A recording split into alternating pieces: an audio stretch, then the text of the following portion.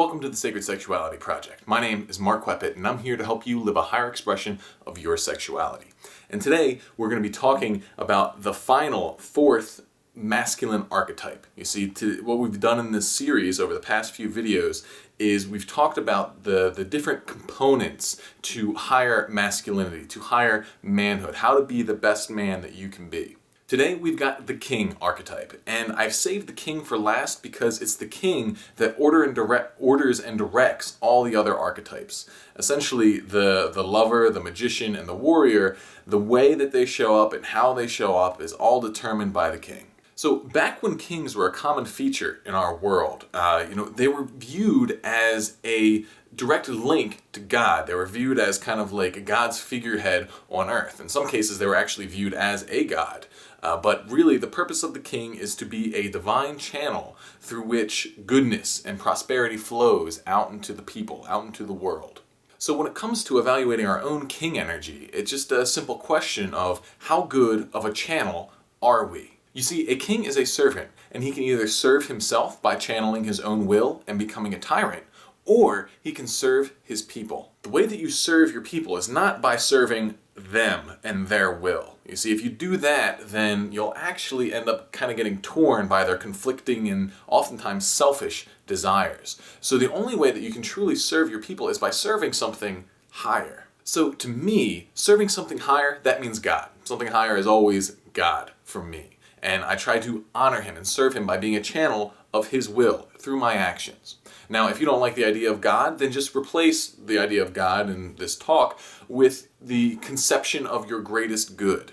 So in order to understand how this works, I want you to imagine that you are a pipe. You are a channel connected into God, and you connect out to everything else, everything and everyone else. So if your king energy is mature and completely balanced, then what you are is a channel that is entirely clear. There are no obstructions, and what you do is you take the love and abundance from God and you bring it through yourself and share it with other people. And when that happens, you are not only experiencing all this goodness, all this abundance yourself, but you're spreading it among anything you come in contact with. Now, an issue arises if we are not completely open, if our channel is not clear. And what happens is we usually end up clogging our connection to other people around us with our ego. Essentially what we do is we want the goodness for ourselves, and we worry that if we give it away, then there won't be enough for us.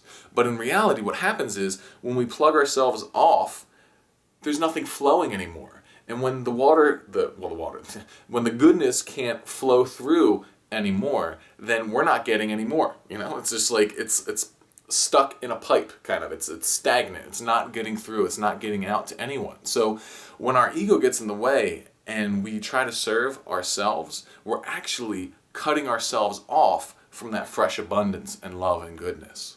When we think about it like this, it's so strange that any of us are puzzled over why we are not really happy in our lives.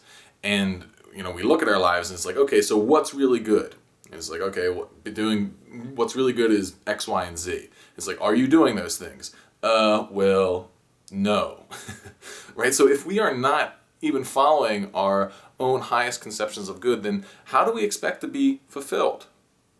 Doesn't make sense. We have to do what we know is right.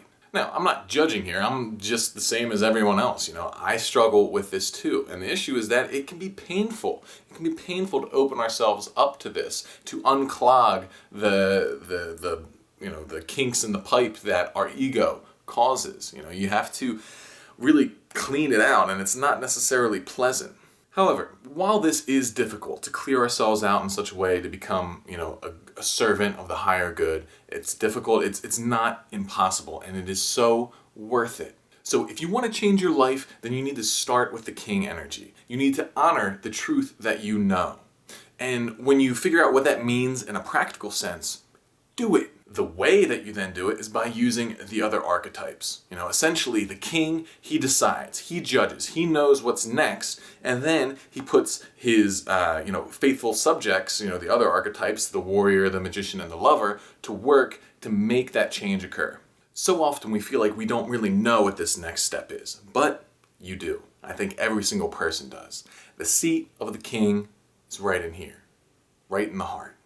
And when you drop down into your heart and listen to what it says, there is always a clear direction as to where you can go. Even if that direction is, you're going to go here and you're going to look for someone to help you. But the problem is we lack faith. We lack faith in that doing what we know is good, what we know is right, we worry that that will not really be worth it. That, we'll give up porn and, life will suck and we won't be able to handle our own libido. That's something I hear all the time. People don't want to do the things that they know are right because they don't think it's going to make them happy. And that's why faith is so important. That's why the king needs to be plugged into something higher. Because on our own, we suck at making ourselves happy. We try to follow our, baser instincts and compulsions, and we will never end up with any kind of fulfillment. In fact, the more we do that, usually the less happy we become. So what I want you to do is I want you to look at your life. I want you to identify what is the next step for you, okay? And use that king energy and make a decision. Decree that this is what's going to change. Say it's quitting porn, all right? Use your king energy, decide it's wrong for you, and commit to quit. Then use the discipline of the warrior archetype. Use the knowledge and understanding of your own habit cycles and psychology through the magician. And then also use the lover to reconnect in a compassionate and synergistic way with those around you and life in general so that porn is rendered useless anyway. So you see, it's through the combination of all of these archetypes that we create sustainable, powerful, positive change in our lives. But none of this good stuff happens unless the king orders it. So take charge of your throne and your life. So for now, that's it for the archetypes. Hope you guys liked it. Love to hear your feedback. So make sure you comment, subscribe, sign up for my newsletter from the description below, and stay clean.